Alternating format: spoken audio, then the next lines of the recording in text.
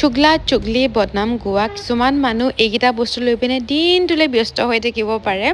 আজি মোৰ বাৰ্থডে বাৰু, আজি দিনটোতো মোক নেৰিলে, সেইকাৰণে মানুহজনক ক'লো যি হওক নহওক বোলো মন্দিৰৰ পৰা আহোঁগে ব'লা, যাতে মনটো অকণমান ভাল লাগক সেইবুলি মন্দিৰলৈ আহিলোঁ। আৰু এইবোৰ দেখিছে বিজেপিৰ মাফলাৰবোৰ।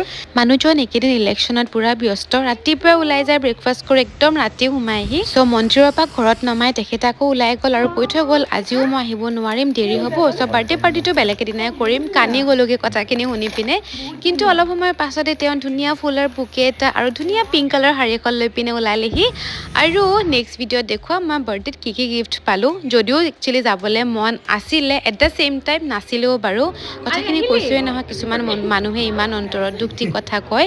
দাদাকো মাতিছিলোঁ, দাদাও আহি পালেহি। চ' আল্টিমেটলি দিনটো ভালে কুশলে গ'ল বাৰু। এক্সপেক্ট একেবাৰে কৰা নাছিলোঁ মোৰ বাৰ্থডে কাৰণে, মানে একদম জিৰ' এক্সপেক্টেশ্যন আছিলে।